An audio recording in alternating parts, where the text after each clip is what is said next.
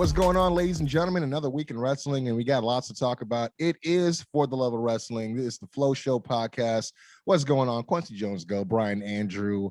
I think the biggest news, right, would be Zack Ryder did it. No, so I'm not gonna lie. Like I was visiting some friends last weekend, actually the same night that we did the last show, and I came over, and then all of a sudden, they decided to put on a live murder on TV because I was like, oh, is that the GCW show? And they're like, yeah, which I'm surprised because the people that I kick it with, like, as far as that circle of friends, they're anti like GCW. Like they're just like the deathmatch shit. They don't, it was just funny because we all grew up on ECW, but we're like, no, this is like some other shit, right? But they were still interested enough. They're like, I just need to see if Zack Ryder's going to win. So even though that's like not his name anymore, right? That's what everybody calls him. But I think in modern wrestling, something about like the dry blood, like when the wrestler is finishing the match and they have all this dry blood on them. Yeah, I think true. something about that image. We're too old for that. It's weird because I was like, we had a conversation about it. I was like, dude, why is it that as I was younger, I was ECW every Friday. It was like I was like desensitized. Like I'm like, yeah, more like let's because. I was seeing what WWE wasn't doing, but then obviously I'm not smart enough to know like, no, they're like literally killing each other slowly in the ring, right? But yeah, it's so weird because then I watch that stuff now. Like I like watching classic clips of ECW, but have I seen anything new, like any modern hardcore stuff? I'm just like, why? Like I'm not taking any food off this guy's table, but there's that one dude. He's made a whole like YouTube type of situation off of this. I forgot where he has a whole name, but he's the one. He's like, fuck this shit, and he's just always like, for all the juggalos and jiggalettes, and he just jumps through like barbed wire, like anything he could make at home that he's seen at a GCW show or any like he'll make it and jump, like just jump on it. He's not getting paid to do this stuff, so it's like I can't stand to see that. Like, you know what I mean? I'll see what he got set up, and then he'll just like freaking just do his bid. I'm like, oh god, this is gonna be bad. You know what I mean? But it might just be a wrestling purist thing where some people feel like it's a cop out because a real wrestler is a technical person, whereas like if you're doing the deathmatch stuff, it seems like it's more talented. It seems like it's a huge step back. Just because that's the thing. Like, I feel like as a wrestling fan, you go through different phases, right? Like for me, I grew up in the 80s, so I saw the golden era, and then it got a little bit edgier with like Scott Hall and Kevin Nash, Razor Ramon, all them like leaving, and then me figuring out what WCW was and like, whoa, what is this? And there's like this whole war, and then the Attitude Era, and then, oh wait, ECW is getting introduced to the party. They've entered the chat. Oh, they're doing shit I haven't seen on both shows. So it's like, I think it's about like different just different, like, what's the word? It's revolutions, I guess. For lack of a better term, it's like different waves, you know what I mean? But even now, like, I don't think it hits as much as it used to. It's weird because like I even feel like that community that enjoys like deathmatch wrestling, GCW, it's a real niche, like, but real like it's almost as like it reminds me of like the Juggalos, like with the Juggalo wrestling stuff, how it was like you knew it existed. If you wanted to check it out, you knew where to go to check it out. If you didn't, then you wouldn't even bother with it. But you knew it existed, and you knew, this stuff, some certain stuff was happening. So I kind of feel like the same way with this stuff. They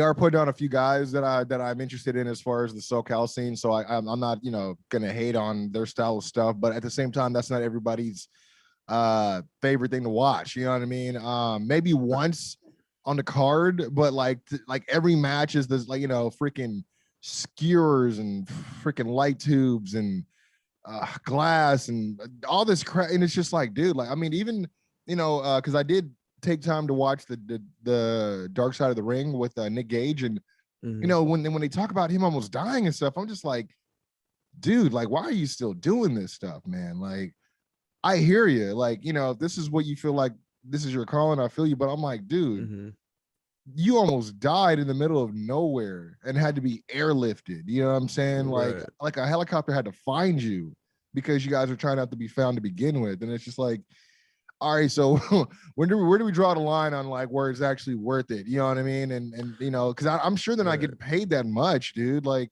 I don't know what it is now. I mean, I'm not saying they're getting like commas and zeros and shit, but it's like, I don't know. You see all these clips, it's just almost just for a viral thing. And it's just like, but if it doesn't go, you might do a spot, it doesn't even reach as much as you wanted to. And it's just like, dude, I feel like they get addicted to that. Like, you know what I mean? Like it's in a sense, it gets kind of dangerous because they're trying to go for the next biggest, scariest, deadliest spot. You know what I mean? And it's just like, just for us to talk about it for a week. I don't know. Like, I get like for a lot of slower wrestlers too who are aging, I get why they bring out some of these stipulations and stuff like that, because I mean, it's smoke and mirrors kind of shit. Yeah, it's the illusion and trying to not expose the weaknesses, but try to play on the strengths. Because one of my most entertaining matches, shit, I'm gonna totally blank on his name. Pentagon Jr. versus oh my god, the wrestling community is gonna totally be pissed at me at this. Commentator for Lucha Underground used Matt Striker. No, he older dude, Vampiro. Oh, Vampiro, yeah. There we go. So they had a similar match on Lucha Underground. Oh yeah, a lot of blood, a lot of light tubes, and I was entertained. And I know they have that match because Vampiro is limited now in his career. But Pentagon's also had similar matches to that outside of this, and Pentagon and I think John Moxley are probably two wrestlers that have proven that like this could be in their arsenal, but they're wrestlers at the end of the day. Whereas I feel like some of these deathmatch wrestlers are just deathmatch wrestlers. And yeah, I feel like it does open up a little bit of not even a little bit, a lot of bit of space for, just kind of not necessarily phoning it in, but like, you know what I mean? Mm-hmm. To be complacent where you're like, well, I don't have to learn and do all this stuff right when all I have to do is swing a fucking light tube at somebody's head and all that. You know what I mean? Like, right. But in saying that, I do want to say congrats to Matt Cardona. I had a feeling they were going to go with the decision just because I'm like, when you think about a smaller company like GCW, and I say smaller, no disrespect, just in the landscape of the rest of, how it ranks up to everything else. And again, it's real niche, so it's not going to apply to everybody. I was like, well, how do you get everybody talking about it even more than you have now? Give the belt to the guy that didn't want to win. You know what I mean? Like, so right. It made sense business wise. I don't agree with because there was like some stuff. I don't know if you saw the footage of the fans post match. They were throwing a bunch of shit at him, like they threw a pizza cutter, bro. Pizza cutters, full beers that were glass bottles, like. Like just, you know what I mean? And then, you get a couple of fans online. They're like, oh, what? But when Hogan turns heel, it's okay. No, they were throwing trash and like empty freaking like Dixie cups and all, you know what I mean? They weren't like, they like the fact that I'm like, dude, if you're throwing an empty cup, first of all, your aim has to be impeccable, bro. Like anything that's like made out of paper and slightly wet, like, it's gonna sit like it's a bullet right straight to his head. Like, oh man, you need to be trying out for somebody, bro. Like, I don't know. But I guess, I mean, just based on everything going on, it would make sense to kind of transition into AEW with Nick Gage, who obviously had a hell of a week. It's on national TV wrestling, Chris Jericho. And this is the only reason I bring this up is because it adds to your point about kind of like the stipulations and the weapons in place and kind of, hiding the non-training and all that stuff. Like, there was a lot of times I was watching that match and Nick Gage was just lost on certain things. And it wasn't noticeable if you're not looking for it, but I'm watching it, like just simple stuff. Like they're fighting on the outside. I see Jericho try to grab his arm and throw the Irish whip him into the barricade. And like, he's not feeding for him. Like he's not, like you see Jericho looking for his hand to grab and he's just not getting it until he gets it. And it's just like, oh, that was weird. Like, I feel like that's kind of like a day one type of thing. Like, and there was some other stuff that he was doing where I'm like, okay, yeah, we just got to go back to the pizza cutter and all the other shit on this one. Cause obviously you don't watch Nick Gage for his wrestling, but it was just still like, dude, you're still in there with Jericho. Have a little bit of freaking pride with something. Give him something. You know what I'm saying? He's giving you a lot. Like you could just work with him and make it look like you know what the fuck you're doing. Because then if not, it kind of makes Jericho look foolish for working with a guy who doesn't know what he's doing. You know what I mean? But you Yeah. know, they I have to say that the match was whatever to me, just because I just saw Kenny Omega and Sami Callihan kind of do the same exact shit last Saturday. Or was it Saturday before? I think it's the Saturday before. And then again, you know, the stuff with Zack Ryder I just saw too. So I mean, it was all right. It was like, I felt like it was like the farthest thing they could go on live TV with that style. But do I want to see it again? No, I don't think AEW is looking to invest in something like that, because if you notice, they didn't use the word or the term death match in terms of what that match was at all. They just kept calling it a no rules match. So I'm like, all right, they don't really want to have it on record that the AEW had a death match. I guess I don't know. It's weird. I think they would have maybe called it a death match if it was on pay-per-view, but I think That's since it was on true. TV, That's I like mean, even because I don't know if you heard about the Domino's thing, but yeah, like, okay. So that was funny. Was like, yeah, if people were watching the picture in picture, like right when he goes for the, or I think it was like the second spot, because he went for the pizza cutter early in the match. But the second time, he's doing the spot, which I was impressed and by Jericho for even doing the spot, the forehead back and forth little situation. But as that's going on, then you all of a sudden we get a picture in picture break and there's Domino's pizza. And now Domino's is like, no.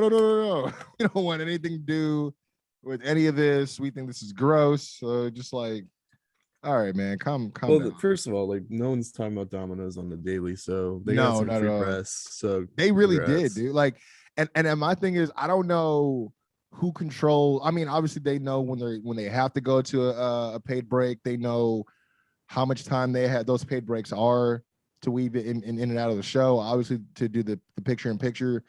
I don't know if they have any choice on which commercial goes first, but if that was all coincidence, that was genius. You know what I mean? It just happened that way. It was just, you know, it was funny. Like I didn't mind it.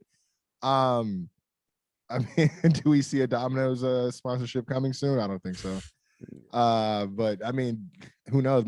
Maybe he can get his own brand of pizza cutter.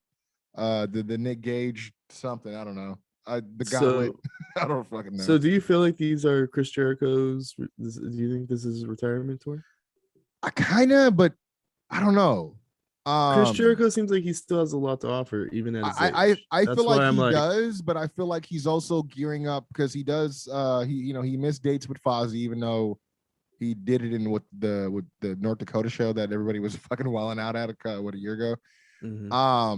I know he's trying to get some money on the road with the road shows for Fozzy, but I also know that his was it Rock and Roll Rager at Sea? It's supposed to be coming up too. I think it's October or something. I think it's this year. If I may be mistaken, it may be early next year, but I think he may be doing it late this year, which I was kind of surprised. So he may be just trying to, you know, wind down so he can put more energy into that. But I don't know. It's I didn't think so at first, but when you think about the people that he's picking, you know, he's like, oh, he's kind of doing stuff that he hasn't, you know, didn't get a chance to do or haven't had a chance to do yet. The Juventud thing is kind of funny. I mean, I mean, I was talking to my brother. I'm like, too bad, you know, Malenko is obviously not in any physical shape, because that'd be kind of cool too. And then I was also thinking, man, too bad they didn't give Bill Goldberg a call before WWE did, because they probably could have done something with Jericho and then and Goldberg too, right? I mean, another name I was thinking that have history that they could touch on a little bit is him and Christian. You know, they had that whole little spell where they had tagged together, but they had like that bet going against Lita and Trish. Right. But I mean, does anyone really remember that? If I don't tell them, no, I don't think so. But the Paul White thing, I think that's like the biggest thing. You know what I mean? It would make sense why that would be the reason why he had his first match. Yeah. He's working against a smaller guy like Chris, so he doesn't have to do a lot of work. You know what I mean? I mean, I could see that being one of them. Because what are we on, number 3 now? That's what Juventud Guerrero comes in. It's number 3. 2 through 5, right? And then it's you have to win with a move off the top rope is like the whole thing, which I'm like, dude, who thought of these? You know, I know. Like it's like it is like, I'll admit, sometimes like Chris Jericho stuff could be a little like stale. So I'll admit, like, I think I'm intrigued. I'm intrigued on who the next person is. I'm glad it's not just everybody from MGF's crew, like the first one was Sean Spears to kind of make us think it's going to be like that.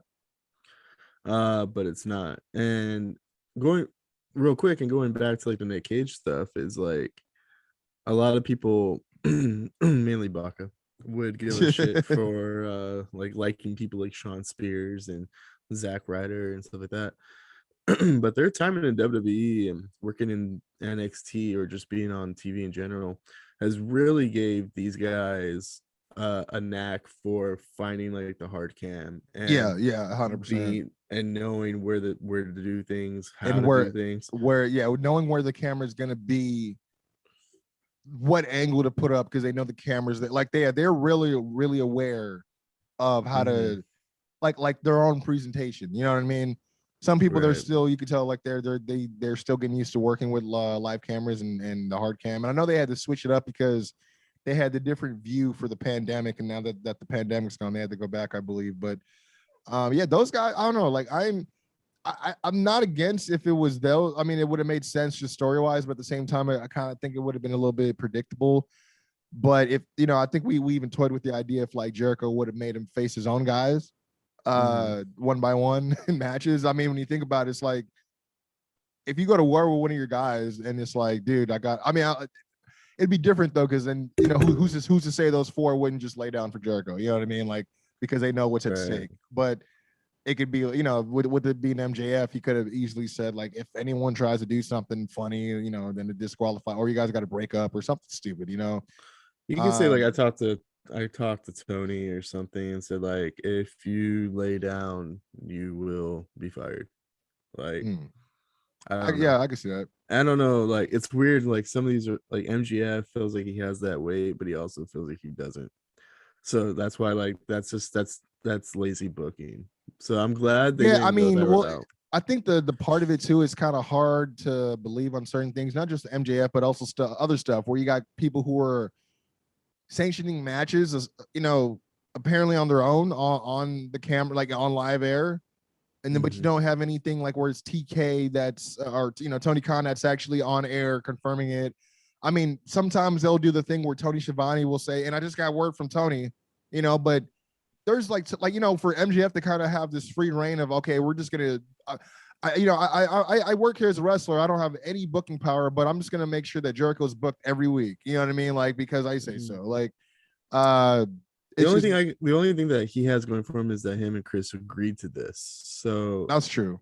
So yeah, that's true. Yeah, but it is still a little bit weird with the like. It's like Goldberg. It's like I'm next, and then okay, I guess he is. Yeah, like you know what I mean. It's like, but it's weird too because like you brought up Goldberg. Like Goldberg probably has a weird loyalty to WWE that no one cares about too. So it's like, I mean, it's weird that he would, seeing as how they totally screwed him for his first time out, his first run with WWE. You know what I mean? Yeah. Like arguably his best thing that he did in that first run was, I think, what he speared Christian, he speared The Rock. I mean, the whole match with him and Lesnar was a joke. He lost to Triple H. I mean, these are the only things I can remember. You know what I mean? Oh, he tried to start a car and the car flooded. Not a whole lot of. Also, it's weird that he has like this newfound like, oh, it's for my son, and my son wants to believe that I'm a superhero. It's like, dude, no one believes you're a superhero, bro. Like, you're I don't know. But I don't know. But as far as like the Jericho stuff, as far as I think it's retirement, I don't know. I think, like I said, I think he could be leaning towards just taking some time off. I mean, and maybe based on the fact that the majority of this year's booking has been, Inner Circle, Pinnacle, maybe it's good that we don't see him on TV for a while. You know what I mean? He's really good at returning. So like, yeah, and that's what I was going to say. Like the art of the return, like that's all him. You know what I mean? So, I wouldn't be mad if he left and came back as a heel. You know what I mean? I don't know what the deal would be, but maybe he starts something new with somebody different and the Inner Circle's gone. You know what I mean? Maybe I don't know, maybe right before they write him off, like there's something where the Inner Circle breaks up and he leaves because he feels like he lost it for the team or something. You know what I mean? And they're all just on their own. I don't know. Like it's weird. But you know what? Before we get into any WWE stuff, let's get into Fight for the Fallen. This Hangman Page stuff, dude. I'm trying to figure it out. Like, I really am. I'm trying to navigate. I mean, it's funny because last time we were on the show, you even threw it out like, well, if it's AEW, then they're probably gonna make them lose, right? And that's kind of what happened. I thought that they were gonna try to tell a different story in that elimination match. Mm-hmm. I thought with the fact that it was 3 against 1, and it was the original elite, the Bucks and Kenny versus their former elite member Hangman. I thought the fact that they were gonna have him beat all of them one by one. I'm like, oh, that's kind of big. No, that's not what happened. Right. Like, I thought it was weird that they had him get beat with 2 people still there, but it kind of protects Hangman because it doesn't show Kenny beating him on his own. But I don't know if this is how this is supposed to go down. Like, I don't know. Like, booking wise, I don't know where you go from here. I really don't know. I don't know how you go from here to still make Hangman look good and still put him in the picture without making some stuff up. You know what I mean? Like, logically, it should be, it's gone. I mean, we should be moving on to something else. But I mean, it's like, I feel like they've been putting so much time into like this Hangman story. It's weird that, I don't know. I just don't know where they go from here, where it doesn't just look like, well, we got to try to do something. You know what I mean? Like, I don't know. I'm not gonna lie. Personally, I felt they could extend this. There's a fine line of extending this, and so we talked about this last week, where I was like, I would have him lose at All Out, and then get the title either Revolution, where they won the tag titles, or Full Gear, where he lost to Kenny last time. Like, because I do think there's a story to be told that he almost got it, kind of like Nikki Ash, like he almost got it, but he didn't again. But instead of falling and becoming an alcoholic about it, he actually realizes, actually, I can do this. Kenny needs all his cronies, where because the Dark Order is more of a support group, not someone who's going to help him out. Yeah, the only thing, and just because it's real, the only other reason why, I mean, obviously a lot of people are speculating that, with this Daniel Bryan talk and the CM Punk stuff, we probably got ourselves a way better pop here, right? But I also think that while those may be contributing factors to, I mean, again, all rumor, right? Right. But you have to remember that he's actually also expecting a baby in a couple months. Hangman? Yeah. I didn't know that. Maybe it's like probably the most like 6 more months, possibly. Okay. So that's why I was thinking, I'm like, maybe that's why they're not going with him, because obviously that would mean, I mean, especially them being back on the road, that's him traveling, you know what I mean, and having to miss time and all that good stuff. And this is like his first child that he's having. So not too sure if that's also playing a part in it. I could be totally way off base, but I mean, for all I know, they could be swerving and they're still going to do something with Hangman. And maybe they do, but then it gets overshadowed by one of the newer rivals, and then they jumpstart his first championship feud. You know what I mean? I don't know. But what I don't like is when things get overshadowed, too many things, you know what I mean? Like recent example. Oh, Keith Lee's back.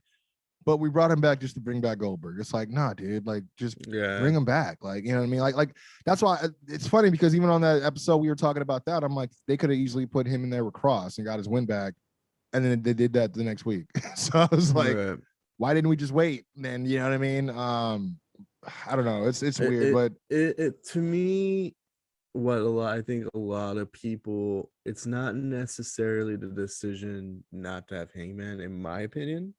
I feel a lot of people are nervous that with Daniel and Punk coming back, and the fact that Hangman organically is the most over person in the company right now, and they basically were hinting that he was going to get this title match at least. I think a lot of people are like, this is becoming super WWE. If you're not going to let the organic guy who's over, you're going to take him out of the title picture to put basically some part-time, some new name in there. I think a lot of people, unless like the person who comes in is a heel, like who's like, you know what, and they actually make it about like a perfect foil against the face of Hangman. right? Yeah. Like, because you could have Punk come in or Daniel Bryan come in and see like Hangman drinking real quick and be like, this is why I'm in your spot, you know, and the fans could start churning on the new guy, because and people and then you can still keep Hangman in the background, knowing that he'll eventually get back in the title picture in a couple months or a few months. But or maybe after he has his child, a month goes by, he's like, all right, I had my kid for a little bit, kind of like Seth Rollins. I had my kid for a second, and then like, all right, I'm back on TV. So Yeah, like, I just feel like, I'm sorry, go ahead. Yeah, finish your thought. I was just gonna say, like, if it is really the him having his first child thing, and that's what you say, that's about 6 months, right? That would put them at Revolution if he were to, but then the child's coming. So if we were, they could push it back to Double or Nothing, right? Like Double or Nothing's when Hangman Which finally has his. when you think about it, that'd be what, 2 years in the making, because I remember his build, the origin of how organic it started was at the very first Double or Nothing, because that's the first time like he went into the battle royal hurt. Then he ended up winning the battle royal, and everybody was like, "Oh shit, this is really." So he's the one getting the shot against whoever wins against Kenny and Jericho, and then everyone knew it was going to be Jericho versus Hangman. So it kind of, if they did end it at Double or Nothing, it kind of is full circle based on how when the journey started. But I would argue that they need to pull the trigger on it now, because what I was going to say earlier was the timing is right, but also the timing is crazy because of the two big names lingering in the background. Obviously, as a business, you're not going to have them play second fiddle. They're going to be in the they're going to be in the foreground. It just makes way more sense. But I don't know. Like I said, I feel like Hangman has deserved it. I feel like someone like Hangman should be AEW champion. We've had nothing but two heels that's held it. We haven't had really a face that held it yet. I think he would be a great champion. Well, technically we had Moxley, so let me not freaking call him a freaking heel, but still, it's like when you think about the guys, it's like Jericho, Moxley, Omega. Hangman is a great name to add to that. Again, you talk about the homegrown just popularity of him, and just the way that they've been able to build him. Even though we have our complaints here and there, it's like they obviously see something in him potential wise, and I would argue that his star is bigger than it was when he first came in. He went from just being the fifth guy in the elite, as opposed to, oh, there's the Bucks, there's Cody, there's Kenny, and then oh yeah, there's Hangman. It's like he's one of the guys that people genuinely are excited to see when his music hits. And honestly, not everybody gets that on the roster. So my thing is, like, you guys need to, like, that's value. That's equity. That's he stock. Gets the biggest pop every night. Yeah, I'm watching that program, and when that little, I don't know how to do the sound because I'm musically like dumb.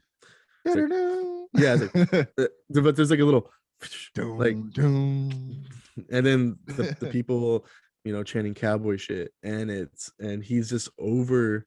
He even got JR. Even the fact that, like, I'm not super into the fact that, like, Dark Order's with him, but at the same time, I actually like the idea that he's not exactly in the Dark Order. These are just friends of his, and I think that's a different variation of all the factions they have in AEW. Like, I was watching the Andrade Death Triangle promo from a couple weeks ago, and in my head, I'm like, see, this is why I feel like all the factions are a little forced. Yeah. This promo is why I feel like all the factions are forced, and the Hangman Dark Order thing doesn't seem forced to me. But eventually, I do feel like he's going to either quietly distance himself from the Dark Order, or it's just eventually going to be like, hey, I need to go on my own to do this or something like that. You know, like I can see him going back to the bottle now, just because when you think about the fact that how confident he was with, okay, I'll take that bet. If I win, I get my title shot, but then these guys get their tag title shot. I can see him being like, damn, all I ever do is mess it up for my best friends. I just blow it up for my, you know what I mean? Like, because, you know, last time it was like him and the Bucks, he cost them the number one contendership, and then they ended up losing against FTR, and then he felt really bad about that. And then now he was in a position where he was able to give his friends a great opportunity, but because of him losing, you know, he may be taking the full brunt of the blame and maybe going back down that path again. But I'm hoping something different happens, to be honest. I'm hoping that he tries for the bottle, and then like the Dark Order try to like cheer him up the way that he did in them whenever they failed and stuff like that. So I don't know. I'm really trying to figure it out. Like, I think one thing that might be cool, and I don't know if it's too much, is if you had Brody Jr.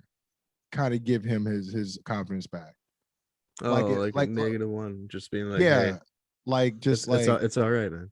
Like even, I mean, I don't know if this is too much, but you could even say like something about, like, he could say something about his dad, like, you know, I know my dad's not here, but he if he was here, he'd say that you still gave it your all, or something, you know what I mean, where it's not, or my dad would be very proud of you or something. Yeah, like, where it's something that's like, you know, where it's the innocence of a child that kind of brings them out of it in a way, because he's inadvertently found himself in like the nucleus of the Dark Order, though he's not Brody. He's not trying to be Brody or the new leader. And they've even said that which is smart, because they shouldn't have a new leader, you know. Yeah, like, but it was one of those things where even when they came out with the purple bandanas, it kind of reminded me of Brody, because that was always his thing with the bandana. That entrance was really cool. Yeah, I thought it was, because you know what, everyone's like, why he shouldn't be hanging out with the Dark Order. The Cowboys don't have friends. I'm like, you ain't ever seen the Magnificent Seven? Like, right, bro, I'm like, they're just a band of ragtag outlaws. You know what I mean? Yeah, like, these are, but the Dark Order is supposed to be a bunch of outcasts. Yeah, you know what I mean? Like, people that they get joked on, talked about, they don't get taken seriously, but you know, as a unit, they move like, it's almost like the Mighty Ducks, right? It's like the kids that nobody wanted, but like you put them together and now they're winning championships. And I mean, hopefully a good segment would be like, he's reaching for the bottle, everybody in the Dark Order is trying to cheer him up, trying to say, hey man, you don't have to do blah blah blah, and he's just ignoring everybody, right? He's just like, no. But then like I'm not a movie person, but the camera shifts or whatever, and then the last person in the room is -1, and he's just like, hey, my dad would be really proud of you, or something like that. I'm saying, like, something small and subtle like that. I think it doesn't have to be over the top. It doesn't have to be this whole, you know, I do like the CM Punk idea that you were talking about, though, with like the AA sponsorship type of thing. But well, this is my thing with Punk and Bryan too, and they have to be careful, because like the options I've heard possibly for this title match are absolute shit. But like, what's to say if it was Punk or Bryan?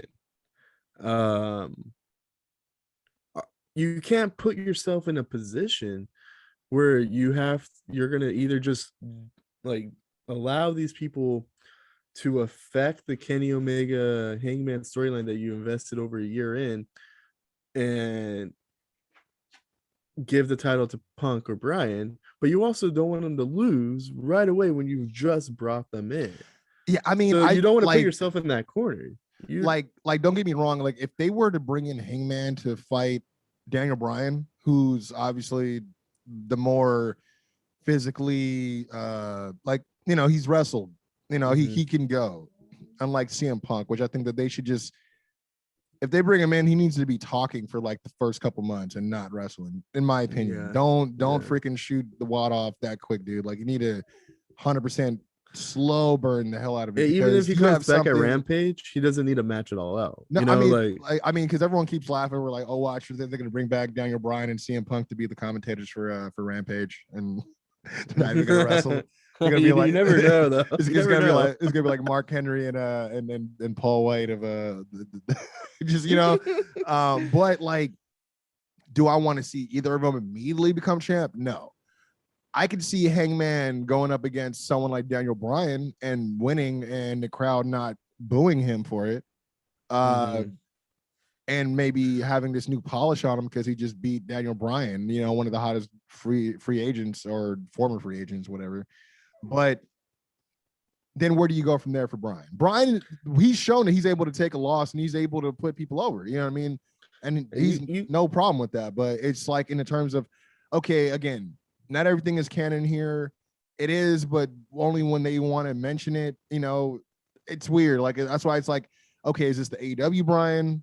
Is this the entire Bryan? Like this is Bryan Danielson, who's not going to shy away from anything. Like he's going to mention things. Like he's going to talk about his past. Are we supposed to remember certain things, or is this just a brand new version of Daniel Bryan? You know what I mean? That's where I'm trying to get at too. Is like, is this a whole new chapter, or is this a whole new book, or just an added chapter in the book? You know, right.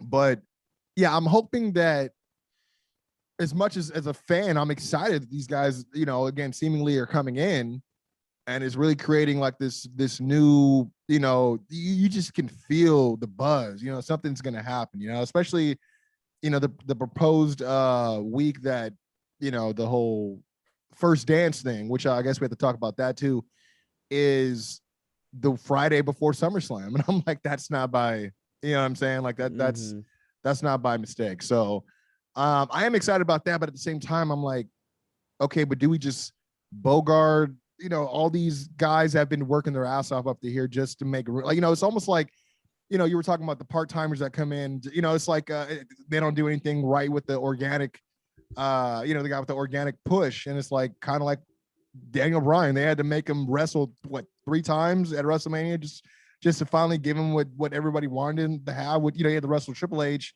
then he had to come back and wrestle freaking Batista. So he had to wrestle 2 part-timers, and then like Randy Orton in the triple threat just to give him what he should have had the whole time. So I don't think they need to do all that. They don't need to make it complicated. You know, I'm not calling CM Punk, you know, Batista by any means, but he's not a full-timer. He hasn't been in a while.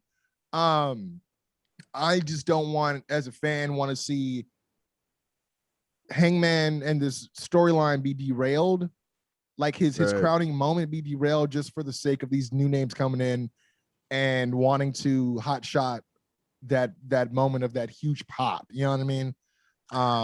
It could be too. That's just what I'm worried about. You know, I mean, I'm gonna mark out, yeah, but it's like, okay, then what next? How does this help anybody else in the company, or is it now just okay? Now we're focusing on our 2 big names, and every other story we were building up before this is now side stories because this is what our focus is on now. You know what I mean?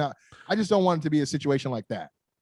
My take from this, hopefully, is actually because I was under the idea of like, I'm okay if they prolonged this story, but he actually has to be in the story to prolong it. If they're going to go back to not having him in the story to extend the story, I'm not a fan of that. I'd rather just have him have the match it all out. Yeah. So, and I don't want it to feel like they're just doing it all out just to do it at all. You know what I mean? Just so that they can say that they did it either. So, either this whole thing was given to Dave Meltzer to say like, hey, throw the story out there to get people buzzing like that we're gonna fuck it up, and then when we actually do it, the pop is even better. True. Or B, they're gonna realize that a lot of people are saying, hey, no, this is a dumb idea, AEW, because like the other names that were discussed were like Christian Cage, but then they're saying that's more of a Dynamite match. Eddie Kingston maybe for New York or whatever. But those are not all out people. And I'm like, then who is an all out person outside of Adam Page right now? That's not the other 2 guys coming in. Like, I think like if you I did see something about they're like saying Hangman may not be Kenny's opponent for All Out, but it didn't say anything about Punk or I'm blanking Bryan. So yeah, I didn't get to finish reading that article, but yeah, when you're talking about it right now, I'm like, yeah, I do remember them having some sort of rumor about that. What is going to be like a different version of Hangman? It's like the Hangmaker. I don't know. my thing is like the only thing that would be okay with this is if they actually think it's better. They're bringing in someone better for Hangman than the title match. Actually, like, I mean, you're bringing in CM Punk to face Hangman. you're giving him the first The, spotlight match. the only reason why that would make sense is because it's in Chicago. You know what I mean? So it's Right. like, how do you get? But that's the thing too. It's like they don't need ticket sales because it's already sold out. You know what I mean? That was before the talks of CM Punk even happened. They just wanted to go. You know, but when you think about the fact they're in Chicago, I mean, the first time I went to All In, the very first one, the CM Punk chants were ridiculous. You know what I mean? Second year, All Out. Then he's actually announced to be part of their little StarCast convention. So he's there, but you know, everyone's thinking he's showing up. But of course that didn't happen. And then, you know, the whole quote about him saying, yeah, they were sending me offers through a text and all this shit. So I don't know, man. It's it would make sense, but at the same time, I still think it's way too soon. For CM Punk to come out of retirement to fight a guy like Kenny Omega in his prime right now, I think it's a little too soon. I think a really good, solid. Let me see if I can figure this out, because now that I'm thinking about it out loud, it might not work. Two solid ways I think to bring back Daniel Bryan without it overshadowing everybody else on the card would be, they're gonna do a casino battle royal. And there's always the Joker. Yeah. And if he was the Joker, I think that'd be a good way to bring down. Or I can see that being CM Punk too, just based on his love for comics and the Joker doing some. Also, I think a good way to do it is like, when is All Out? All Out's September 5th. They're not going to be able to prolong the 5 things of Jericho that long, huh? If this is the third one, I was going to say, because I was going to say, what if they did the 5th one at All Out, and the 5th one was CM Punk or Daniel Bryan? Because I know CM Punk and Chris Jericho have history. Yeah, the only thing is like it's trying to figure in. But then MJF would have to win. Or well, I was thinking that, but he also have to figure out what MJF's link is. I mean, because even though like you wouldn't think anyone like MJF would have any link to a guy like Nick Gage is like he, you know, went out there and introduced him. You know what I mean? They made it seem like he was something like that. Like they put on as if he had like this outside conversation with him. Now, I can see that because, you know, MJF, the character comes from money. You can do whatever with that, right? But in the sense of where it's CM Punk or Daniel Bryan, he ain't gonna be able to give them money to fight who he wants because they already getting money coming in, you know. So I think it would really matter on how they would write it in. But to be honest, I feel like the match for All Out would have to be between them two, right? Like it would have to be the culmination of the 5 labors, Jericho versus MJF. I'm forcing it. Yeah, it has to be MJF versus Chris Jericho. It might be a retirement match, it might not be. And I'm just trying. Do you think they're going to do a repeat? Because the fact that they're giving us Malachi Black versus Cody Rhodes next week for free is kind of insane, right? Yeah, I'm intrigued on what Cody's gonna do. I don't know. I'm not gonna lie. Like I'm kind of sick of Cody because I just been waiting for the storyline about how he'll be able to reverse that stipulation he had with Jericho. Because I don't see him. He only wants to wrestle for 5 years, right? And that was like what 2 years ago. So he's only saying he got three left in him. I can't see you being in AEW not being the world champion at least once. You know what I mean? So I'm trying to figure out. He does seem like he's gonna be that type of guy too. That either is gonna have like a 1.5 year long reign, or he's gonna have like that 1 month reign. Like he seems like he'd be kind of in between. Like he for him, it's like he wants the unpredictability of like a 1 month reign. Yeah. Or he's gonna be like, no, I'm gonna hold this shit hostage and nobody's gonna like it. Which I wouldn't be mad at because I mean he kind of deserves that run before he's totally like just 100% behind the scenes. I mean, but you know, just to move along here because I know we were talking about. Well, I guess this is just adding more to it. We did get the announcement. I was hoping for, you know, it was a live event announcement from AEW. I was hoping it was going to be like the first time on the West Coast that's not in Las Vegas. Like they were kind of try to come to California.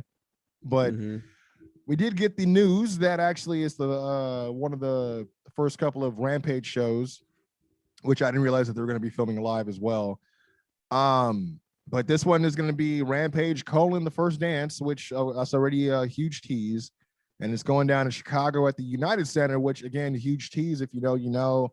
United Center is the original Chicago Bulls arena, you know, in the Michael Jordan era. I mean, they had a lot of, I'll put it out there. They had a lot of Easter eggs where it was like, okay, you guys are just blatantly talking about this now because, so you guys must be confident about this, you know?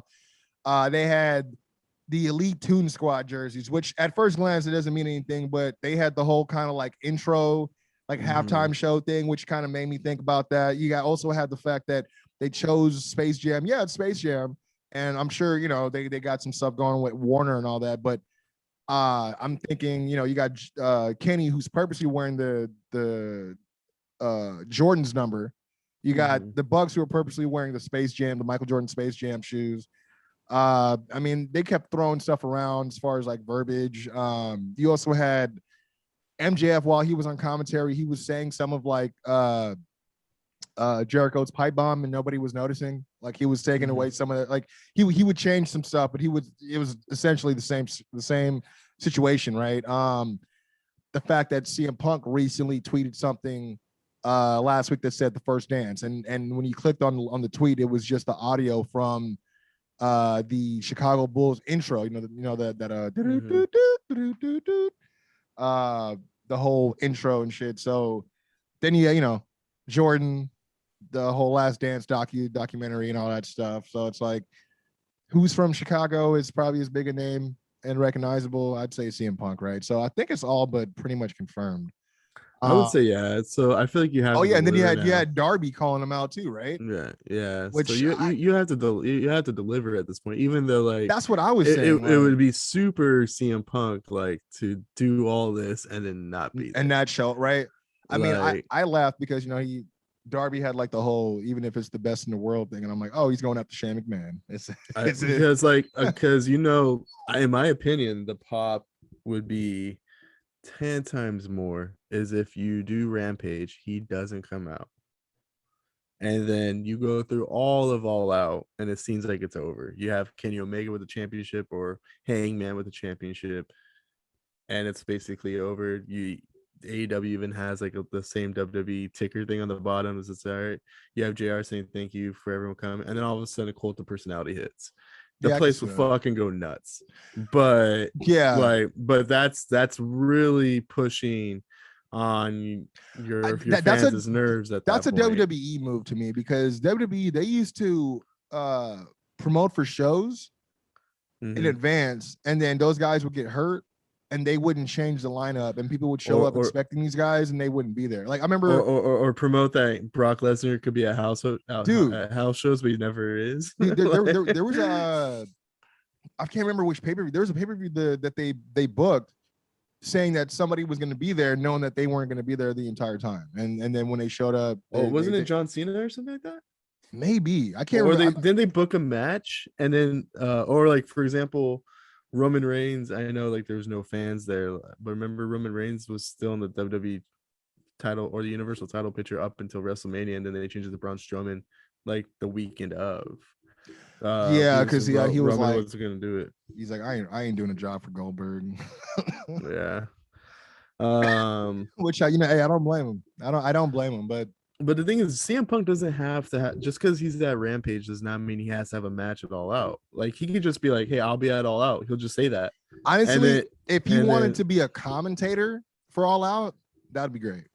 I wouldn't be mad at that. I mean, one thing I think no one else is thinking about though, him and Cole Cabana, same company. That's got to be interesting. That would be a really solid first feud too. There's a lot of history there, and I think a lot of people wouldn't be mad. You could put CM Punk over, like, and not feel like, oh yeah, Cole Cabana took a LOL shit, you know. And a lot of people are gonna think it's gonna be low key, but you could build that to be a blood feud, but I don't know if you could build it in like a day. You know what I mean? But like. But with those two, I mean, it's kind of built in where you're like, oh, okay, I could see what, but you know, I didn't know if maybe because my brother was like, I hope they're friends or they can at least reconcile, but I hope they don't do it like how they did with Bret Hart and Shawn Michaels and put it in public for everyone to see. Like, I hope they just, Yeah. they're aware that there could be some issues and that they've gone, as grown men to kind of squash it. And I mean, they're both able to make good money right now. You know what I mean? So I don't think anything is that serious where they're going to step on each other's toes to freaking, you know what I mean? Take food out of each other's mouths and all that stuff. But, the one thing that I know a lot of people don't want, but I still think it's money, is if you really wanted to, this is kind of WWE in it actually, but like I mean it in terms of like protecting these guys, is like the Young Bucks probably don't have a feud going into All Out because they're involved in the Elite storyline, unless it's going to be a Dark Order person. But at this point, I think it's best like you go with Hangman, but you leave Dark Order behind at this point. You could do Daniel Bryan and CM Punk versus the Young Bucks at All Out. I was thinking that. I mean, because I was like, who's gonna take the belts off them? And it's not like they don't have any shortage of tag teams that could do it. They just have a shortage of tag teams that have been built up to do it. Right. But when you think about the best in the world and the best pro wrestler in the world, it's like, I mean, they always tout them as the best tag team in the world until you meet the first, it's like everyone's the best in the world. So the best in the world walks in the room and then everyone, they know who's who. So that would be, I wouldn't like, if that's what they try to do, that's fine for me. Because the Bucks have made themselves so hateable at this point. The fans wouldn't mind it. I don't think that's everyone's first thought is like, oh, these two as a tag team, but it's also not a bad idea either. You know what I mean? There's just a rapport with them. I mean, there's also, it screams something different, but at the same time, some people might be like reluctant because they don't want to necessarily put Bryan and CM Punk together right away. Right. But you could put them right together right away just to lead to them eventually splitting and then having a match. But then that may be too soon. I don't know. That's the thing, is like Daniel Bryan, he has a new lease on life.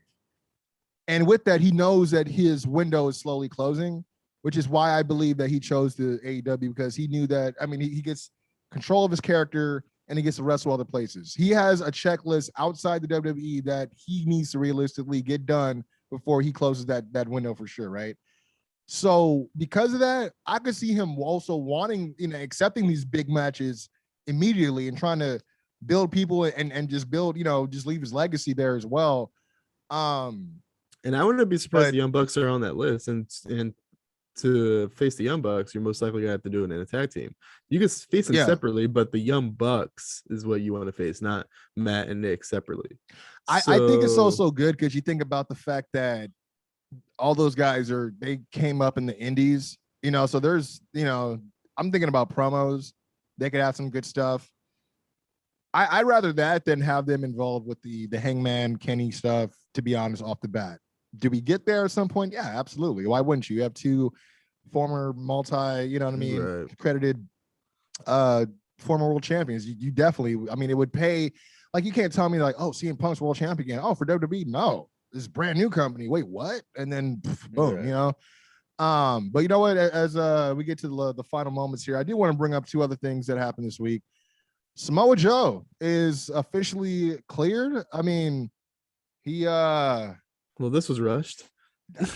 So okay, right? So I sat there. There were months. So there was two things I felt were 100% rushed. It was the Raquel Dakota split, and I felt the Samoa Joe finally being on the active roster was because I was like thinking, how do you have your NXT champion not on the show for 2 weeks in a row, which was weird. And but on top of that, I was just like thinking, we're not going to get, like, you're not going to sell us like another week. But I was like, oh, so the week that you guys hear that shit's picking up, all right, we got to hot shot it now, let's do it. Like, so I don't know. It's it makes sense, but for them to be like, no, that has no bearing on why we chose to pull it. No, come on, dude. Like, there's still 3.5 weeks until SummerSlam, which is the weekend of TakeOver 36. You didn't have to do this now. You could have done this not even on the go home, maybe the week before the go home. You know what I mean? Yeah. You could have had Cross still taking people out in between time. I mean, I don't know, man. I'm not, and don't get me wrong. Am I excited? Yeah, it's what we all wanted. It's what we wanted for a while, but it just seemed like it was also weird that the fact that that segment wasn't what they went off the air with. It didn't, to me, I was like, why didn't they go off the air with this? This is much bigger than Kyle getting Adam Cole a receipt.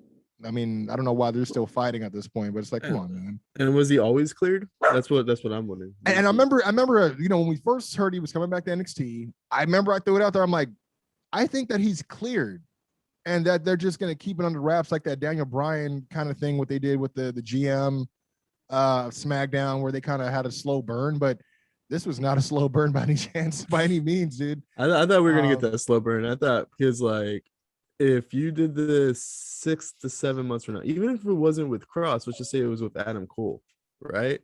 Like, let's just say Cross moved on to Raw, we missed that window, fuck it, right? Yeah. But with Adam Cole still being there, and they have a little thing, or Pete Dunne or whatever, like, you could easily slow burn this, and when it's fine, like, F it, I'm going to come back, like William Regal, do it. And that's like maybe the WrestleMania takeover, or the takeover before the Rumble, or whatever. Like, or what if they invited NXT to Survivor Series, which they're not going to do.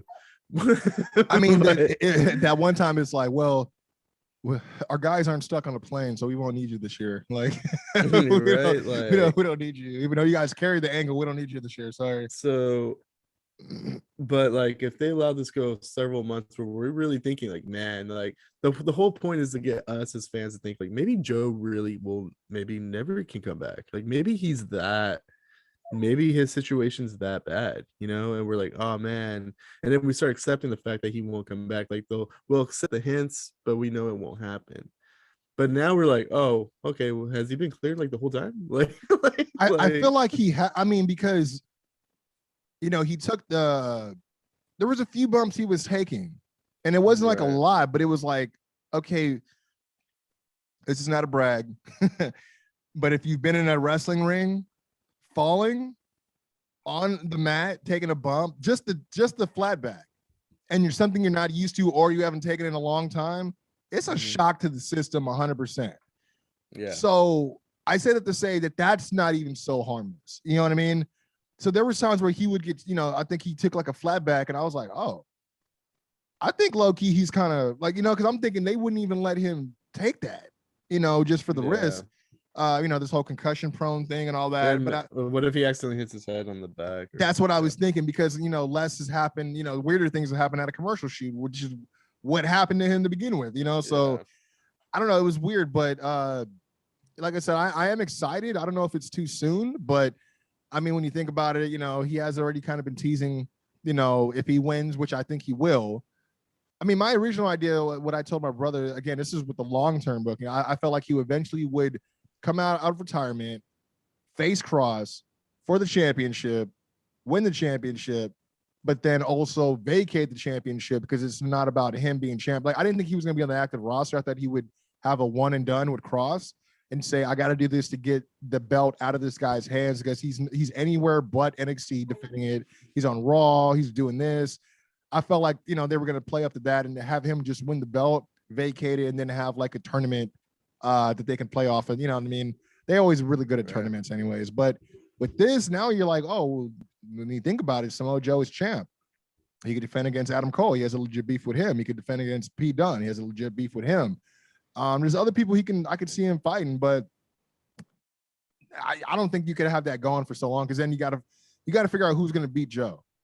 You got to figure out just the job. Like, you got to figure out, like, if he's like, are you still William Regal's dude? Or well, technically not, because he the 3-step process was the resignation from NXT management. So he's not part of NXT management anymore. And then now, so he's part of the active roster. So it's like, all right, I guess that's just what you do. You know what I mean? But does he go back to that if he like vacates the title because he's doing it for NXT? You know what I mean? Like, I'm trying to. Yeah. Oh, I mean, in the way I booked it, yeah. But in terms of if it'll work now, because he's signing an official talent contract? I don't think so.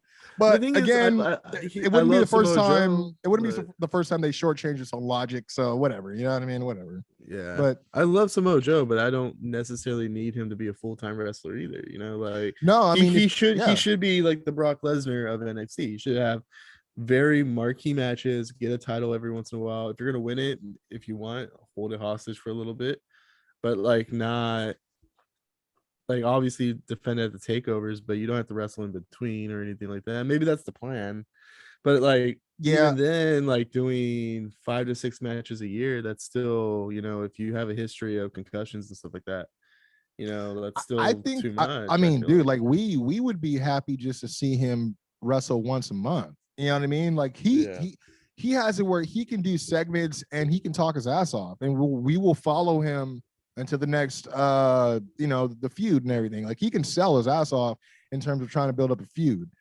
So I don't think that's going to be an issue at all, to be honest. I think the only issue now is, again, who takes it off Joe? Because my fear is they're going to have to start bringing people back down from the main roster to take it off him. Like I could see them trying to bring in like Shinsuke or somebody. You know what I mean?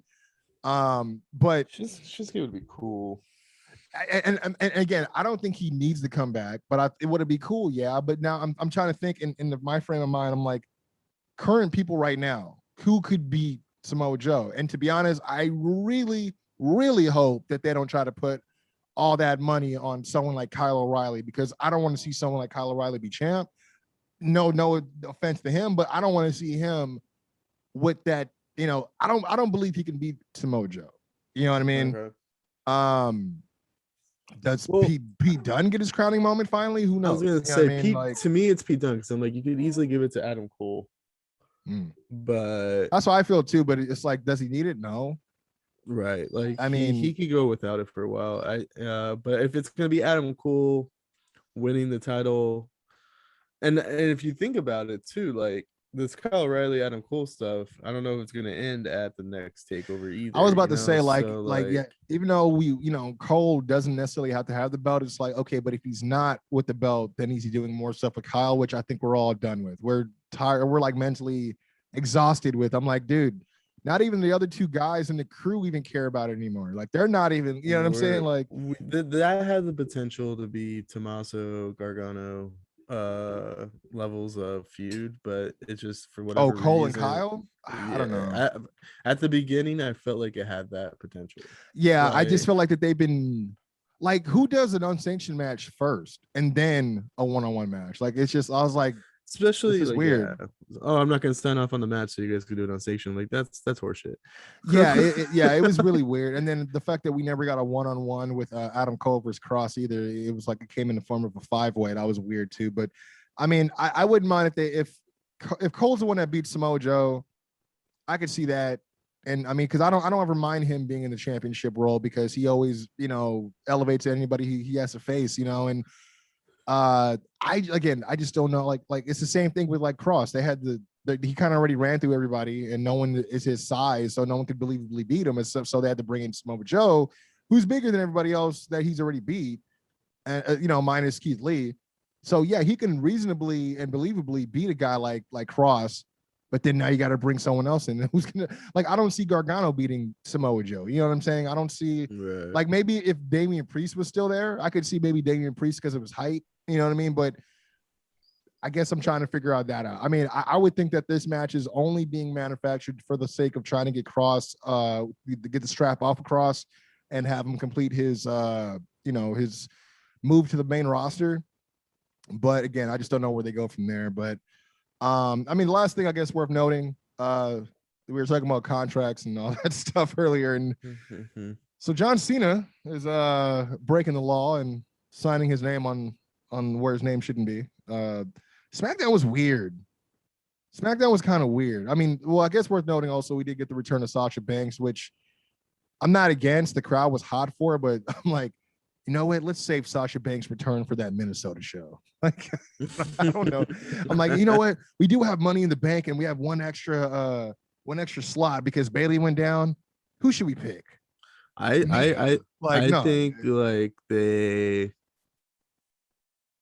the quarterly conversation happened this week, and I think like because they Oh have yeah. that, I think there's some people like, all right, I'm gonna watch the next episode, see what if there's any improvements, and I think like let's bring Sasha back then. Like, Yeah, I mean, well, the thing with it was just weird, just because I felt like it was just the fact that she was like hugging her. I'm like, she's turning on her, and then of course we just had to wait to the end of the show for it to happen. Um, but the John Cena thing, like so where does this leave Finn? That's where I was confused. I'm like, why bring in Baron Corbin? And then they kind of explained it without explaining it. It was like he's just gonna randomly beat up Finn, and he's like, oh, this is my way to get back into get some more money in my pocket and get out of the situation I'm in. Let's see if I can try to win the title against Roman. Okay, I'm okay with that. But then now you got Cena who comes back out and he like freaking, takes him out, and then he's just going to sign his name with this big ass blue Sharpie. And I'm just like, dude, it didn't need to be all this. It really didn't. I think that's the perfect like explanation of what the WWE is. Hey, it didn't have to be all. It didn't have to be all of this. I mean, like they could have easily had Finn like say, because that's the thing. Finn never said anything about SummerSlam. He just wanted the challenge. They didn't start adding that it's at SummerSlam until it fit the narrative of that night of the contract signing. Right. He could have easily said, who said anything like who said anything about SummerSlam? I don't want to wait till SummerSlam. I want to let's do it tonight. Let's do it next week. They could have easily done that, right? And then still open it up to Cena saying, well, I know the Chief doesn't have an opponent, for SummerSlam, yada yada yada, and all this other shit, but they could have done this segment if they really wanted to do this. They could have done this segment, but John Cena comes out with his own contract, and Roman Reigns is still sitting at the table instead of having him being whatever the fuck he was doing. And then John Cena puts the new contract down and says, "Hey, don't be a bitch. Sign the contract." And just saying that will make Roman go, fuck, all right, well, you call me a bitch in public, I have to sign this shit now. You didn't acknowledge me the way I prefer to be acknowledged. I gotta sign it now, or else I look like the bitch he asked. He said, no, fuck, now I look like a bitch. Man. Yeah, right. But it doesn't make me less excited to see the match. It's just, WWE always does this. They already had the rumors go out. They have the pros match, and then something happens that kind of confirms that they're moving in that direction. And then they just do all these hoops and loops and shit for no reason. It could just be straightforward. Like, come on, man. They've been building Roman Reigns for a fucking year of a guy who's like, all right, if you disrespect him enough, he'll finally want to beat the shit out of you. All they had to do was John Cena keep coming out, talking to Roman Reigns, disrespecting him, and eventually Roman, but fuck it, I'll do the match. They could even have had him do stuff that other guys weren't, which is like storming his locker room. You know what I mean? Like just walking in, because usually everyone gets stopped by Paul Heyman on the way in. Paul Heyman ain't stopping John Cena. You know what I mean? Right. So he just could have came in and just said something right to his face, and still like, instead of him sitting up there like this. Yeah. I'm like, bro, you're not selling that you're that angry. You're just showing that your face is twitching a lot. I was like, you need some Botox, my G. Mm-hmm. Like, I was like, come on, bro. Like, don't do the old, like, I don't know. But did we get there? Yeah. And we could have got there a different way. But like I said, just make it make sense, man. You guys don't have to do all the hoopla all the time. Like, I know sometimes people go to the circus just to watch the clowns. No one needs to do all this other shit, dude. Like, it could be straightforward, man. But that's a show, man. That's the only thing I could think of as far as everything that's went down this week. I mean, sorry we didn't have any more Goldberg slander for you guys this week, but I promise we'll be on our game next week. I'm sure he's probably going to show up on Raw, right? Speaking of like setting shit up, I'm not gonna lie to you. Like, there's always like a small part of me that's like, maybe they could get out of this Goldberg thing somehow. Like maybe they could just be like, you know what, Goldberg, we set it up, but we don't like it. We're gonna do this instead. So you want to hear my hot take? What? It's not gonna happen. But this is not what I want to happen.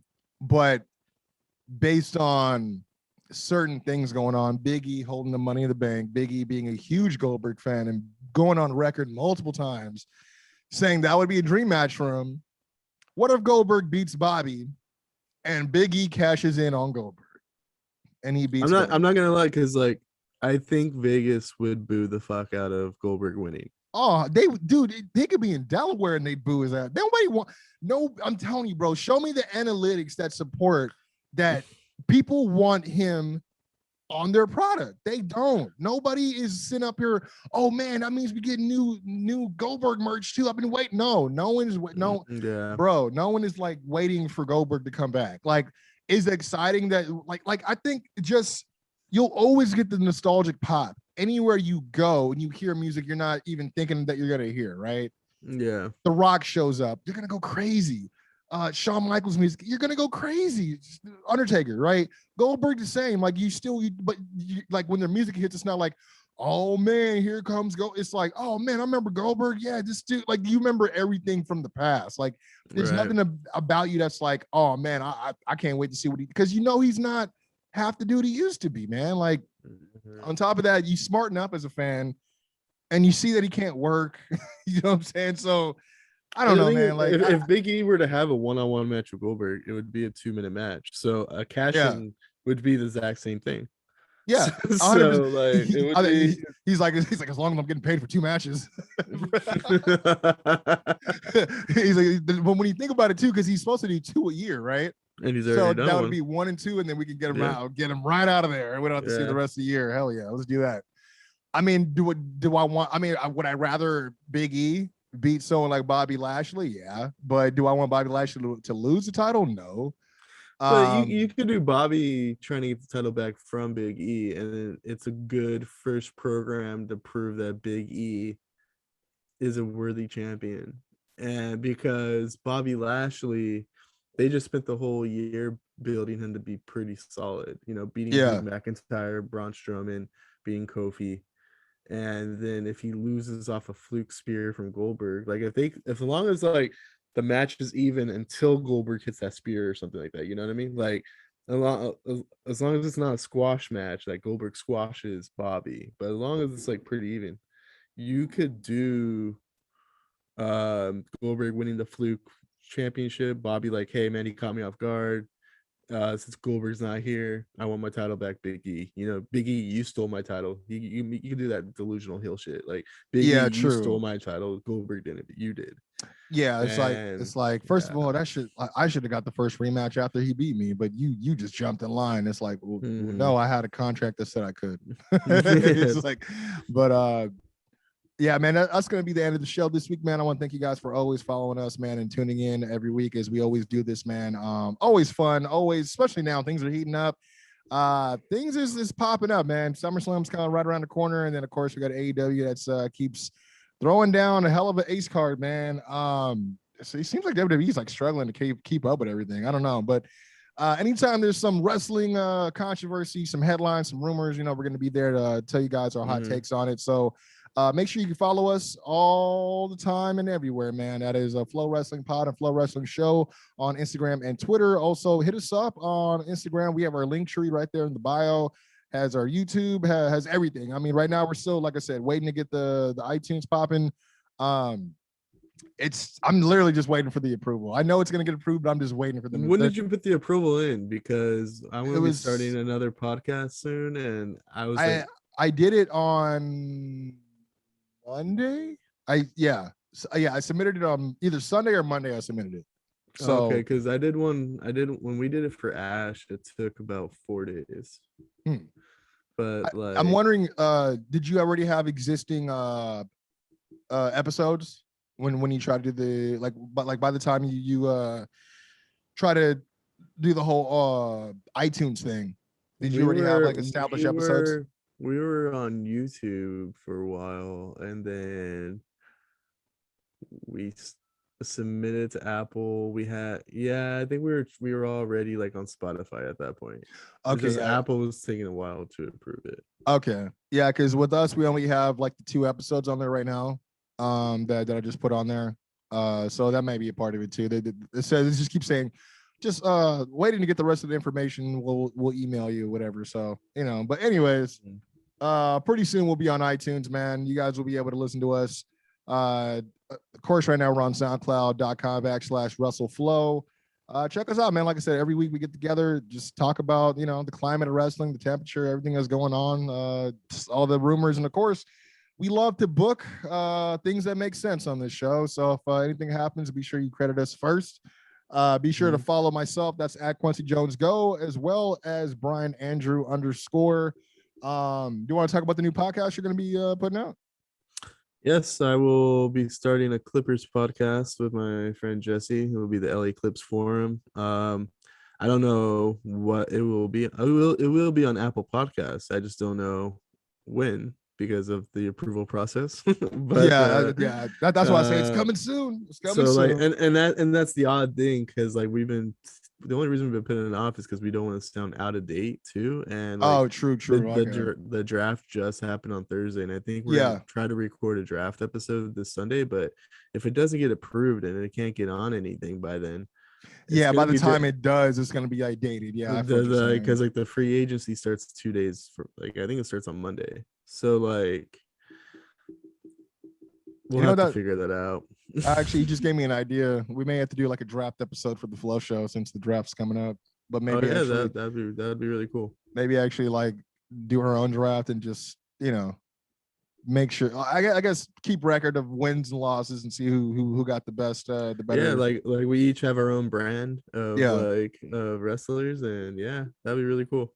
I'd be down. We got to could even do it where like you have to have an X amount of like women's wrestlers too and stuff like that. Yeah, so I could see you don't that. like overly just book all the mid-card guys and not have any women wrestlers. I was gonna say, well, we have to make it realistic. So someone's got to get Dana. Like, guys. Fucking Dana. But yeah, man, make sure you follow us, man. Again, we're on YouTube every week. You can also find us under the For the Love of Wrestling or Flow Pod. But yeah, man, that'll be it for the rest of the week, and we'll catch you guys next week as we get closer again.